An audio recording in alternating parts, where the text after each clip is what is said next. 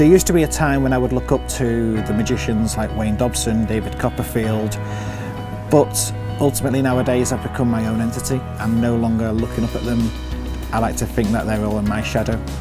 I know they've had TV shows and careers going in that path, but my show's now become mine.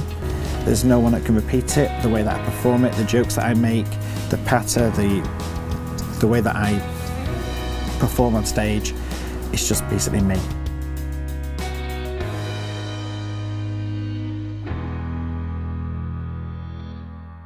I'm Amazing Stephen. I'm a professional performer. I do circus skills workshops for brownies, scout groups, schools and weddings and fetes.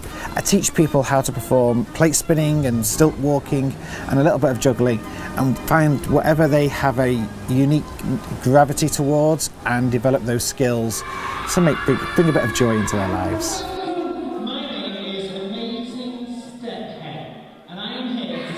So throughout my entire childhood, I used to attend theatre schools. I was in numerous productions and various plays. I performed at the London Palladium for a small stage, for a show. And I've worked on various different productions my entire life.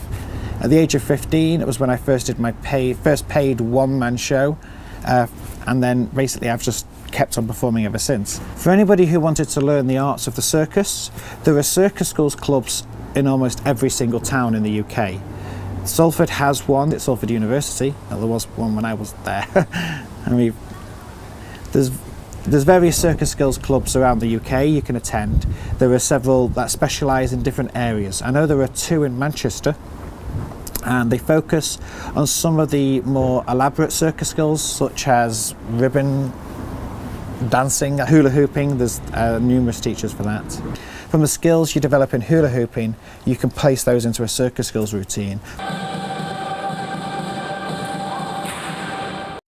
My shows take a bit of preparation. I usually find something that interests me, a particular skill set that I've not yet got. I develop the talents to learn that particular trait, and then I work on a routine that structures it with a beginning, middle and end, stick it with some music, try it out in front of an audience, and then see how it all flows. Sometimes the audience tell me things back in regards to how they laugh, or you see their mouths drop, and you work out what moments of that routine are best placed near the end or the front. And basically it comes together by performing it in front of a live audience and letting them shape it to its natural, perfect piece. When I was 8 years old, I was a member of a small community group that would do local art projects. One of the teachers showed me a circus skills trick where she gave us a long bamboo pole and we had to balance it on the end of our fingers. And to me this was really impressive because it was extremely high up. I'm not quite sure how high, but it was extremely high, as big as a house even. And she was able to balance it on her finger. And she showed us, me and a few other children, how she did the trick. And it was all a matter of skill, and it took a couple of tries to get it down. But once we had it, it was that moment in your head where you've got a talent which you thought was impossible, and she showed me. From that point onwards, certain skills just took shape and different activities came together. But when I came to starting to teach circus skills workshops, that balancing trick is the first thing I like to teach all the children now, because I can see the very moment when their eyes light up when they too have mastered that little skill. And I teach it in a slow stage, so it begins nice and easy for them and gets gradually harder depending on how far they want to take it. But seeing those moments when the light bulb moment happens and they've got the skill down, those are the moments that I do this job for.